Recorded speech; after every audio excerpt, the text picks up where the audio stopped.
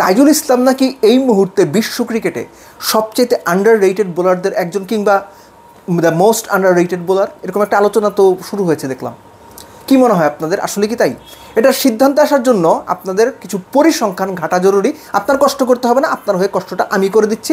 তবে আপনার জন্য একটা কুইজ আছে আমার পক্ষ থেকে। ট্রেডিশনালি উপমহাদেশে স্পিন সবচেয়ে ভালো খেলেন ভারতীয় ব্যাটসম্যানরা, এটা সবাই এক বাক্যে মানে। তাইজুল ভারতে 4টা টেস্ট খেলেছেন, 4 টেস্টে 6 ইনিংসে তিনি বল করার সুযোগ পেয়েছেন। ভারতে 4 টেস্টে 6 ইনিংসে তাইজুলের উইকেট কটা? যারা এখনও পর্যন্ত ভিডিওটা দেখছেন আমি নিশ্চিত আপনাদের 95% মানুষ বলতে পারবেন না। কষ্ট করার দরকার নেই, ভিডিও শেষে আমি উত্তরটা দিয়ে দেবো, আপনি মিলিয়ে নিন। বাংলাদেশের প্রেক্ষাপটে সাকিব আল হাসানের ছায়ায় থেকে +220 উইকেট পাওয়া, 16 বার 5 wicket, 2 bar 10 wicket. Taijul is brilliant দেশের মাটিতে, তাইজুল ইজ আউটস্ট্যান্ডিং দেশের মাটিতে। এবং তাইজুল সাকিবের কারণে অবশ্যই আন্ডার রেটেড দেশের মাটিতে, কিন্তু পরিস্থিতি পাল্টেছে, এটাও আপনাকে মানতে হবে। For last few years Shakib থাকাকালীন সময় থেকেই তাইজুলের পারফরমেন্স আগের মতো গণমাধ্যম অনেকখানি এড়িয়ে যায় না, খুব ফলাও করে প্রচার করে। ঠিক একইভাবে দর্শকরাও অনেক ক্ষেত্রেই তাইজুলকে আগে যেভাবে দেখতেন, দর্শকের দৃষ্টিভঙ্গি তাইজুলের প্রতি এখন অনেক বেশি রেটেড। ওই আন্ডার রেটেড ওভার রেটেড থেকে আমি রেটেড কথা বললাম। তাইজুলকে প্রাপ্য সম্মানটা দেওয়া হচ্ছে, দর্শকরা তাকে আলোচনায় রাখছেন। এটা নিয়ে আমার মনে হয় যে কারোই খুব বেশি দ্বিধা থাকার সুযোগ নাই। বাংলাদেশের উইকেটে Taijul is one of the finest bowler of Bangladesh, কিন্তু বিদেশে এখানেই হচ্ছে আসল খেলাটা শুরু হবে।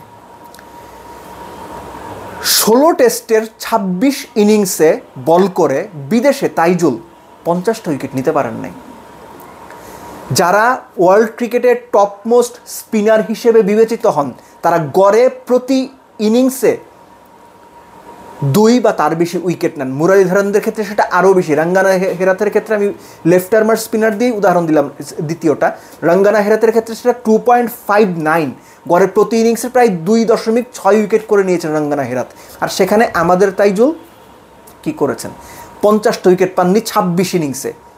গড়ে 78টা করে তার বল করতে হয়েছে, 77.8। গড়ে 78টা করে তাইজুলকে বিদেশের মাটিতে বল করতে হয়েছে একটা করে উইকেট পেতে। উইকেট প্রতি তিনি রান দিয়েছেন 44।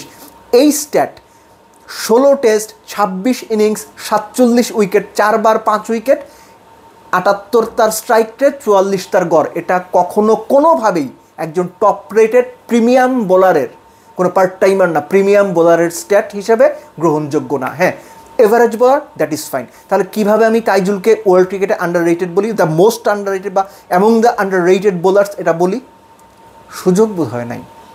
ওভারঅল যদি আপনি যখন গ্লোবাল ক্রিকেট চিন্তা করবেন, গ্লোবালি কথাটা বলবেন, ওয়ার্ল্ড ক্রিকেট মেনশন করবেন, তখন আপনাকে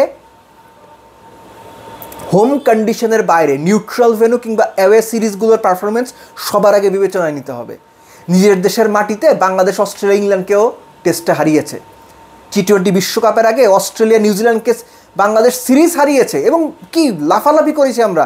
ওই বিশ্বকাপে গিয়ে বাংলাদেশ কী পারফরমেন্স করেছিল টি20 ওয়ার্ল্ড কাপে, আমি উদাহরণ হিসেবে বললাম, ওই আলোচনাতে যাচ্ছি না।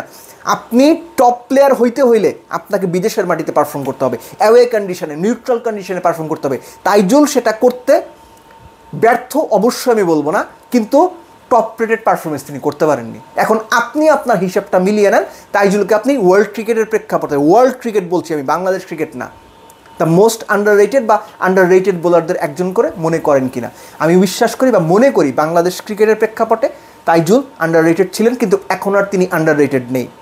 আবারও বলছি, একটু আগে আমি এই কথাটা বলেছি, দর্শক ভক্ত প্রাপ্য সম্মান তাইজুলকে দিচ্ছে, তাইজুল আলোচনায় থাকছেন, গণমাধ্যম তাইজুলকে নিয়ে যথেষ্ট লেখালেখি করছে এবং সেটা পজিটিভ মাইন্ডসেট আপ থেকে লেখালেখি করছে। ক্রিকেট বোর্ডও তাইজুলকে তার প্রাপ্য সম্মানটা, ওই রেটিংটা ঠিকই দিচ্ছে। কিন্তু বিদেশের মাটি যদি হিসেব করেন আপনি, তাইজুল কোনোভাবেই টপ রেটেড বোলার না। তার ফার্স্ট সিরিজ ছিল ওয়েস্ট ইন্ডিজে 2014-তে, ওই সিরিজ আমি কভার করেছি।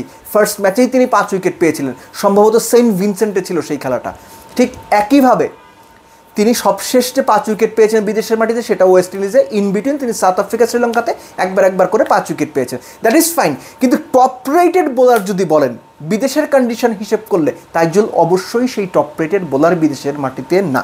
I am so sorry to say it, কিন্তু পরিসংখ্যান বিবেচনায় এটাই হচ্ছে রিয়েলিটি। আপনি মানতে না চাইলে না মানতে পারেন, ইটস আপ টু ইউ, কিন্তু পরিসংখ্যান আপনাকে এটা মানতে বাধ্য করবে। শুরু করেছিলাম একটা কুইজ দিয়ে যে ভারতের মাটিতে 4 টেস্টের 6 ইনিংস তাইজুল কয় উইকেট পেয়েছেন, যেহেতু ভারতীয়রা স্পিনে উপমহাদেশের মধ্যে সবচেয়ে ভালো, হাতের 5 উইকেট। ভারতের বিপক্ষে তাইজুল 4 টেস্টের 6 ইনিংসে মোটে 5 উইকেট পেয়েছেন। সো টপ রেটেড ব্যাটসম্যানদের এগেনস্টে তাইজুল বিদেশের মাটিতে কখনোই খুব বেশি কার্যকরী না, এবং এই কারণেই বিশ্ব ক্রিকেট নিয়ে যখন আপনি কথা বলবেন, তাইজুলকে সেখানে আপনি বিশ্ব ক্রিকেট বিবেচনায় আন্ডার রেটেড এই মুহূর্তে এটা বলাটা একটু বেশি হয়ে যায়। বাট বাংলাদেশের ক্ষেত্রে he was been underrated, but right now he is not. Taijul তার প্রাপ্য সম্মান, ভালোবাসা, মর্যাদা সবই বাংলাদেশের ভক্ত, গণমাধ্যম এবং ক্রিকেট বোর্ড থেকে পাচ্ছেন। বাট মানে নেভারদালেস এক্সপেক্ট করবো তাইজুল আগামীতে যতদিন বাংলাদেশ ক্রিকেটকে সার্ভিস দেবেন, তিনি তার রেটিং ধরে রেখে সার্ভিস দেবেন এবং বাংলাদেশকে আরও অনেক টেস্ট জেতাতে সাহায্য করবেন, ঠিক যেভাবে জিম্বাবুয়ের বিপক্ষে 5 উইকেট নিয়ে চট্টগ্রাম টেস্টের প্রথম দিনে 5 উইকেট নিয়ে তিনি মোটামুটি বাংলাদেশকে দারুণ একটা কমান্ডিং পজিশনে নিয়ে গেলেন। তাইজুল গ্লোবাল ক্রিকেট বিবেচনায় আন্ডার রেটেড, ওভার রেটেড হলেন, এই ইস্যু ছাপিয়ে তাইজুলের কাছ থেকে বাংলাদেশ ক্রিকেট যেন ভালো সার্ভিস পায়, আমাদের বা আমার মতো ক্রিকেট ভক্তের বা সাধারণ ক্রিকেট ভক্তের এই প্রত্যাশাই থাকবে, আমি সেটাই মনে করি। সো তাইজুল আন্ডার রেটেড না ওভার রেটেড, এই আলোচনাটা অ্যাকচুয়ালি মানে দরকার নাই, কিন্তু যখন আলোচনার সামনে চলে আসে, যখন অনেকে এরকম বলার চেষ্টা করে, তখন তথ্য এবং পরিসংখ্যান দিয়ে ওটা বুঝিয়ে দেওয়ার প্রয়োজন পড়ে যে অনেকে যেটা বলছেন সেটা হয়তো বা সবসময় সঠিক না। কারণ তথ্য পরিসংখ্যান আর যাই হোক ভুল বলে না। যে তথ্য পরিসংখ্যানের কারণে আপনি শেন ওয়ার্ন, সচিন টেন্ডুলকার, মুত্তায়া মুরলীধরন কিংবা রঙ্গনা হেরাতদের ওয়ার্ল্ড ক্রিকেটের টপমোস্ট ক্যারেক্টার বলে মনে করেন, ঠিক একই পরিসংখ্যানের কারণে সাকিবকে বিশ্ব ক্রিকেটের one of the finest allrounder মনে করেন, ঠিক একই পরিসংখ্যানের কারণে তাইজুলকে গ্লোবাল স্ট্যান্ডার্ডে আন্ডার রেটেড ক্রিকেটার বা দ্য মোস্ট আন্ডার রেটেড অথবা among the most underrated cricketers এটা বলার সুযোগটা আসলেই কম।